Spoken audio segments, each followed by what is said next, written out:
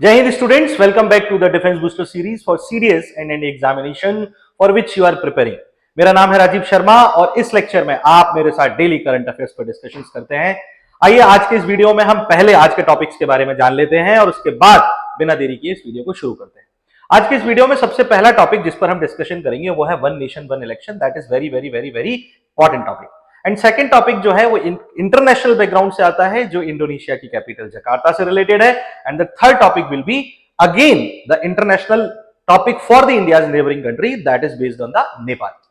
आज का एक टॉपिक बहुत इंपॉर्टेंट है जिसका नाम है वन नेशन वन इलेक्शन, जो कि आपके सीरियस और एनडीए एग्जामिनेशंस के लिए स्पेशली देखा जाए तो एक अच्छा थ्योरेटिकल क्वेश्चन बनाने में जो स्टेटमेंट बेस्ड हो सकता है या कि फिर वो एक बेहतरीन क्वेश्चन फॉर आप बोल सकते हो एक डिटेल्ड पैरामीटर्स पर पूछा जा सकता है। So that we will take some time on this topic, right. आज थोड़ा सा पेशेंसफुली हमें रहना पड़ेगा and that's why I have chosen only 3 topics for the today's class, so that हम क्लास भी जल्दी कवर कर लें और जो हमारा बहुत इंपॉर्टेंट टॉपिक जो पूछा जाने लायक है और आपके एग्जाम तक ये और ज्यादा अपडेट हो जाएगा तो डेफिनेटली इसके आने के चांसेस 101% मुझे लगते हैं। तो आपको इस टॉपिक को बहुत अच्छे से प्रिपेयर करना है। So first topic that is very very important, I have already told you, जो आपको इस समय पर एक स्क्रीन पर दिखाई दे रहा होगा, and that is one nation one election, यानी एक राष्ट्र एक चुनाव। ये क्या है पहले तो इस बात को हम समझ लेते हैं। देखो, भारत जो है वो एक विकेंद्रीकृत प्रशासन का हिस्सा है, यानी कि India is a part of decentralised structure of governance, right, या decentralised administration.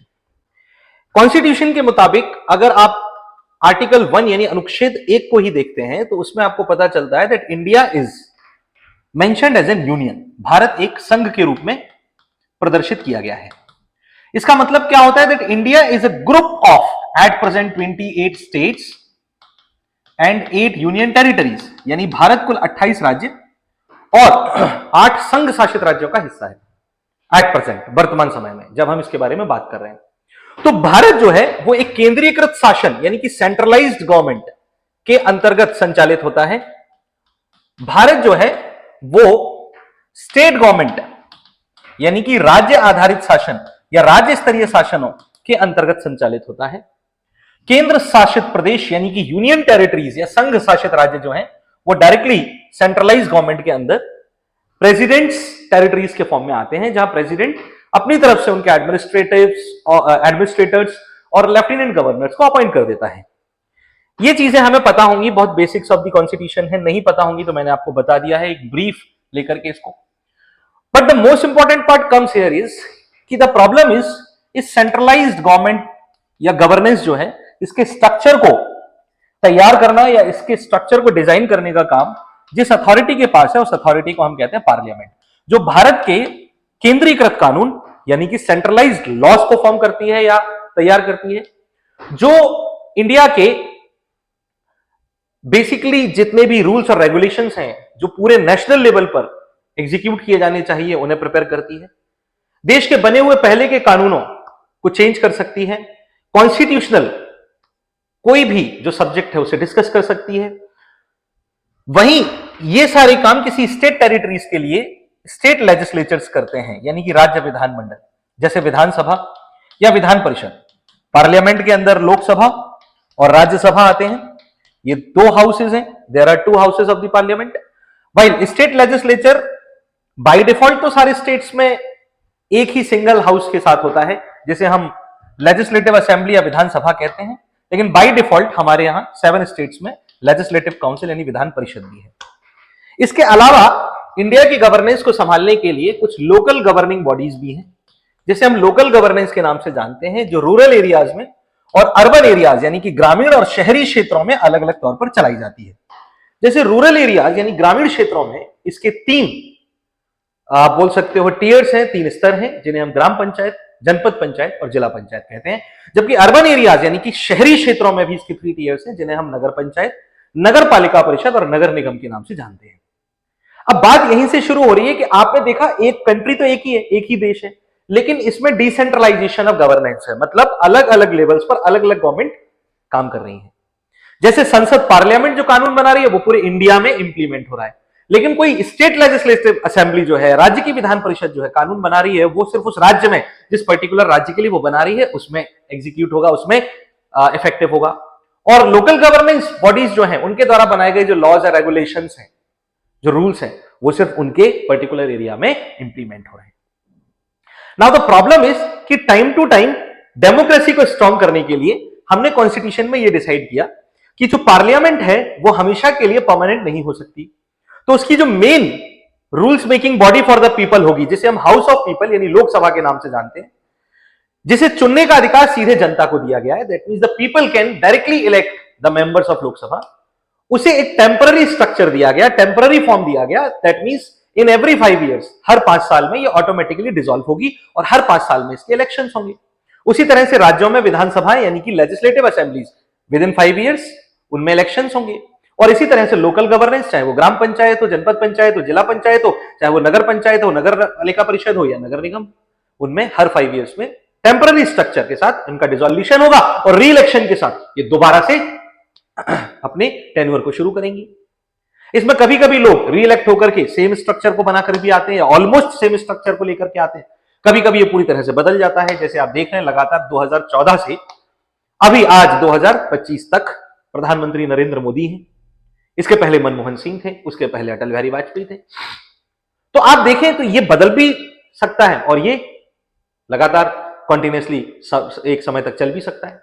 But the whole authority is vested in the public of India, यानी कि भारत के लोगों के हाथ में है। और वो अधिकार जो भारत के लोगों को इस सरकार को बनाने या इस गवर्नेंस को बनाने के लिए दिया गया है, दैट इज इलेक्शन, यानी कि मतदान, चुनाव, जिसमें वो लोग वोट डालते हैं। अपने वोट के थ्रू वो अपने रिप्रेजेंटेटिव को चूज करते हैं। वही रिप्रेजेंटेटिव हाउस ऑफ असेंबलीज में जाकर बैठता है और उस हाउस ऑफ असेंबलीज में जाकर के वो अपने गवर्नमेंट को अपने मेजोरिटी नंबर से यानी बहुमत की संख्या से बनाते हैं। और उस सरकार में एक सरकार का मुखिया, जैसे केंद्र में है, सेंट्रल में है तो प्राइम मिनिस्टर, प्रधानमंत्री, राज्य में है तो मुख्यमंत्री आदि को निर्धारित करते हैं। अब सवाल यहां पर यह था कि सर हमारे देश में चुनाव भी, जैसे सरकार 3 स्तर पर है तो चुनाव भी 3 स्तर पर होते हैं। पहला चुनाव जो सर होता है वो पार्लियामेंट के लेवल पर होता है, यानी कि संसदीय स्तर पर सर, जिसमें राज्यसभा और लोकसभा के लिए चुनाव करवाए जाते हैं। फिर सर दूसरा चुनाव जो होता है वो स्टेट लेजिस्लेचर के लेवल पर होता है, यानी कि राज्य विधानसभा या राज्य विधायिका के स्तर पर होता है, जिसमें ज्यादातर, क्योंकि बाय डिफॉल्ट राज्यों में सिर्फ विधानसभा यानी लेजिस्लेटिव असेंबली है, तो सर सिर्फ लेजिस्लेटिव असेंबली यानी कि विधानसभा के लिए होता है। और इसी तरह से सर लोकल गवर्नेंस जो भी है, चाहे वो रूरल एरियाज में हो, चाहे वो अर्बन एरियाज में हो, जिन्हें हम स्थानीय शासन के नाम से जानते हैं, सर उनके लिए भी चुनाव होते हैं। लेकिन सर प्रॉब्लम यह है कि ये चुनाव एक साथ नहीं होते, क्योंकि इनका जो फॉर्मेशन हुआ है, गठन हुआ है, वो भी एक साथ नहीं हुआ है। संसद 1952 में गठित हुई, 1952 में पहली बार, लोकसभा और राज्यसभा। लेकिन मध्य प्रदेश राज्य की बात करते हैं, उत्तर प्रदेश राज्य की बात करते हैं, पंजाब की बात करते हैं, कश्मीर की बात करते हैं, असम की बात करते हैं, बिहार की बात करते हैं, एटसेट्रा एटसेट्रा एटसेट्रा। तो 14 राज्य ऐसे हैं जिनकी विधानसभाएं 1956 में फॉर्म हुई है। इसी तरह से और राज्य अलग अलग तौर पर गठित होते गए, जैसे हरियाणा में 1961 में आया, गोवा में 1987 में आया, छत्तीसगढ़ में, उत्तराखंड में, झारखंड में 2000 में आया। तो जैसे जैसे उनका फॉर्मेशन हुआ वैसे वैसे उनके इलेक्शंस भी हर 5 साल में होते गए। तो कहने का मतलब ये होता है कि आपने देखा हमारे देश में एक बेसिक प्रॉब्लम यह है, लोकसभा के चुनाव 2024 में हुए, उसके पहले 2023 में मध्य प्रदेश, राजस्थान और छत्तीसगढ़ में इलेक्शंस हुए थे। अब इसी साल 2025 में अभी हालिया तौर पर बिहार में विधानसभा चुनाव हुए हैं और वो निपटे हैं, तो अब बंगाल में विधानसभा चुनाव होंगे अगले। तो आपने देखा कि भारत में ये जो इलेक्शंस हैं, जो पब्लिक इलेक्शन है, जो जनरल इलेक्शन है, जनरल इलेक्शन मतलब जिसमें जनरल पीपल यानी कि common people is giving his vote, अपना मत दे रहा है अपने प्रतिनिधियों को, जैसे विधानसभा, लेजिस्लेटिव असेंबली इन स्टेट राज्य में, और लोकसभा केंद्र में, संसद का जो भाग है, उनके चुनावों को हम आम चुनाव कहते हैं, क्योंकि इनके प्रतिनिधियों को लोग सीधे वोट देकर के चुनते हैं। ये अलग अलग समय पर होते हैं। अब अलग अलग समय पर होने से एक बेसिक प्रॉब्लम सबसे पहला तो ये हो गया कि जो सरकार है वो एक बार चुन ली जाती है तो उसे 5 साल पूरी तरह से काम करने के लिए मिलने चाहिए। लेकिन अगर चुनावी रैलियां ही चलती रहेंगी, इलेक्शंस में ही वो लोग कैंपेन करते रहेंगे, तो जनता के लिए काम कब करेंगे, देश के विकास के लिए काम कब करेंगे। उदाहरण के तौर पर 2024 में मोदी सरकार चुनकर के आई, मोदी जी सरकार के मुखिया बने, यानी भारत के प्रधानमंत्री, prime minister of India. Now he is continuously busy in elections. Sometime he goes to Bihar, now he will go to Bengal, then he will go to somewhere in Karnataka, and then in the Maharashtra as well as in some other states. अगर आप देखें तो वो जब अगर हर साल या साल में दो दो तीन तीन बार इसी तरह से अलग अलग राज्यों में अलग अलग कॉन्स्टिट्यूएंसीज में सिर्फ इलेक्शन कैंपेन ही करते रहेंगे, तो वो नेशन और नेशन के लोगों के लिए काम कब करेंगे? यानी कि कहीं ना कहीं प्रोडक्टिविटी ऑफ गवर्नेंस को लैक हो रहा है. किस वजह से? क्योंकि इलेक्शंस अलग अलग दिन, अलग अलग साल, अलग अलग समय, अलग अलग एरियाज में हो रहे हैं. इन द सेम वे ये जो इलेक्शंस हो रहे हैं, इसमें इलेक्शन कमीशन की जो रिसोर्सेज हैं वो बहुत ज्यादा लगते हैं, जिसकी वजह से इलेक्शन कमीशन ऑफ इंडिया यानी निर्वाचन आयोग, जो भारत में इलेक्शंस को ऑर्गेनाइज करने के लिए बनाई गई एक अथॉरिटी है, एक कॉन्स्टिट्यूशनल बॉडी है, एक संवैधानिक निकाय है, अंडर आर्टिकल 324 अनुच्छेद 324 और 324 के अंतर्गत उसकी एफिशिएंसी कम होती है सर, क्योंकि लगातार वो सिर्फ चुनाव करवाने में बिजी है. तो उसकी एफिशिएंसी जो है, उसकी कार्यशीलता जो है वो कम हो जाती है. थर्ड, ये जो इलेक्शंस कंटिन्यूअसली एक के बाद एक के बाद एक के बाद होते जाते हैं, हर एक इलेक्शन कैंपेन में जो पॉलिटिकल पार्टीज हैं अपने इलेक्शन कैंपेन्स के लिए बार बार, जैसे मध्य प्रदेश में बीजेपी ने कैंपेन पर खर्चा किया, फिर बंगाल में किया, फिर बिहार में किया, फिर कर्नाटक में किया, फिर महाराष्ट्र में किया, तो एक बड़ा अमाउंट ऑफ पब्लिक मनी खर्च हो जाता है, यानी लोगों का एक बहुत बड़ा धन खर्च हो जाता है. अगर हमें इन चीजों को रोकना है तो इस बारे में सरकार ने एक बात पर विचार किया. The solution was one nation one election. Sir किसी भी स्टेट की कोई विधानसभा हो, सर किसी भी स्टेट की कोई विधान परिषद हो, सर संसद हो, कोई भी चुनाव हो, ये सारे चुनाव एक ही साथ क्यों ना करवा दिए जाए वन नेशन वन इलेक्शन के प्रोविजन पर. और इस प्रोविजन को लाने के लिए सर क्या किया गया है? ये किया गया कि सर 2 सितंबर 2023 को एक कमेटी बनाई गई, एक हाई लेवल कमेटी बनाई गई, एक उच्च स्तरीय समिति बनाई गई. उस हाई लेवल कमेटी, उस उच्च स्तरीय समिति का नाम रखा गया रामनाथ कोविंद समिति. ये भारत के पूर्व राष्ट्रपति, जो 2022 तक भारत के राष्ट्रपति रहे, रामनाथ कोविंद के नाम पर रखी गई, क्योंकि ये इस समिति के अध्यक्ष थे. इस समिति ने अपनी रिपोर्ट प्रस्तुत की और अपनी रिपोर्ट 14 मार्च एक डिटेल्ड रिपोर्ट दी 2024 में सबमिट की. यानी आप देख सकते हैं तकरीबन 6 महीने के काम के बाद ही इन्होंने अपनी रिपोर्ट पेश कर दी. रिपोर्ट में इन्होंने कहा कि पूरे देश में सभी विधानसभाओं और लोकसभा के चुनाव एक ही साथ एक ही दिन पर हो जाने चाहिए. दूसरा, इसके 100 दिनों के भीतर ही, मतलब जब ये चुनाव हो जाए तो इसके 100 डेज के अंदर अंदर, सिर्फ 100 दिनों के अंदर अंदर लोकल गवर्नेंस यानी कि रूरल और अर्बन एरियाज की जो स्थानीय शासन है उनके भी इलेक्शंस हो जाने चाहिए. इसमें उन्होंने यह भी सुझाया कि अगर किसी विधानसभा का कार्यकाल कम है तो उसको उस हिसाब से एडजस्ट कर लिया जाए. मतलब उदाहरण के तौर पर अगर नेक्स्ट इलेक्शन ऑफ लोकसभा 2029 में होने हैं और मध्य प्रदेश की विधानसभा 2028 में ही डिसॉल्व होकर के उसमें नए इलेक्शंस होंगे, तो क्यों ना मध्य प्रदेश की विधानसभा को वो 6 महीने का एक्सटेंशन दे दिया जाए और 6 महीने बाद मई से जून 2029 में 2029 में ही लोकसभा के साथ ही उसके इलेक्शंस करवाए जाएं, तो वो एक लेवल पर आ जाएंगे. इसी तरीके से जिस राज्य में उसका कार्यकाल घटाने की जरूरत हो वो घटाया जा सके, जिसमें बढ़ाने की जरूरत है उसका टेन्योर वो बढ़ाया जा सके. लेकिन इसमें एक आपत्ति दर्ज की गई. वो ये दर्ज की गई कि सर ऑलरेडी इंडियन कॉन्स्टिट्यूशन में 2 आर्टिकल्स आते हैं सर. आर्टिकल सर 83 है और आर्टिकल सर 172 है. आर्टिकल 83 क्लॉज 2 और आर्टिकल 172 क्लॉज 1 में आप जाएंगे तो इसमें टेन्योर ऑफ लोकसभा यानी कि लोकसभा का कार्यकाल बताया गया है, और 172 में टेन्योर ऑफ विधानसभा यानी लेजिस्लेटिव असेंबली का कार्यकाल बताया गया सर स्टेट्स में. और सर साफ लिखा हुआ है कि सर इसमें ये 5 साल रहेगा, 5 इयर्स रहेगा सर एक बार बन जाने के बाद, अगर वो टाइम से पहले डिसॉल्व नहीं होती किसी संवैधानिक कारण से ही, किसी कॉन्स्टिट्यूशनल रीजन से ही. और सर ये भी 5 इयर्स रहेगी. तो सर जब कॉन्स्टिट्यूशन में ऑलरेडी लिखा हुआ है और आप उसे टाइम से पहले ही डिसॉल्व कर देंगे, तो सर प्रॉब्लम ये है कि आप संविधान के विरुद्ध काम करेंगे. You will be acting against the constitutional provisions, जो सर संभव नहीं है, क्योंकि संविधान ही शासन की मर्यादा तय करता है. Constitution decides the limit of the governance. तो सर अब इस समस्या से कैसे पार निकला जाए? तो जब संसद में यह विधेयक चर्चा के लिए गया और जब इस बात पर विवाद उठा, कॉन्फ्लिक्ट आया, तो पार्लियामेंट में एक कमेटी बनाई गई जिसे हम जेपीसी कमेटी कहते हैं. जेपीसी कमेटी मतलब ज्वाइंट पार्लियामेंट कमेटी. जेपीसी, संयुक्त संसदीय समिति, ज्वाइंट पार्लियामेंट कमिटी। ये होता क्या है इसे भी 1 मिनट में समझें। दरअसल संयुक्त संसदीय समिति, ज्वाइंट पार्लियामेंट कमिटी समय समय पर अस्थायी तौर पर यानी एडहॉक लेवल पर टेम्पररीली पार्लियामेंट में बनाई जाती है। इस कमिटी में जो मेंबर्स होते हैं वो कमिटी के अंतर्गत संसद यानी पार्लियामेंट के दोनों हाउसेस, लोकसभा और राज्यसभा से आते हैं। इनका रेशो कुछ इस तरह से रखा जाता है कि लोकसभा रेशो में 2 और राज्यसभा 1, यानी कि अगर लोकसभा से 2 लोग आते हैं तो राज्यसभा से सिर्फ 1, लोकसभा से अगर 10 लोग आते हैं तो राज्यसभा से सिर्फ 5 आएंगे। और दोनों सदनों के ये लोग मिलकर के उस विषय पर चर्चा करते हैं जिस विषय पर संसद को इनसे सहमति चाहिए थी। तो ये समिति बनाई गई। इस कमिटी ने इस पर डिसीजन या कुछ डिस्कशंस किए, कुछ चर्चाएं की। जब इस समिति को यह सही नहीं लगा तो समिति ने इस पर एक और विचार लिया, और वो विचार लिया है हालिया तौर पर किससे?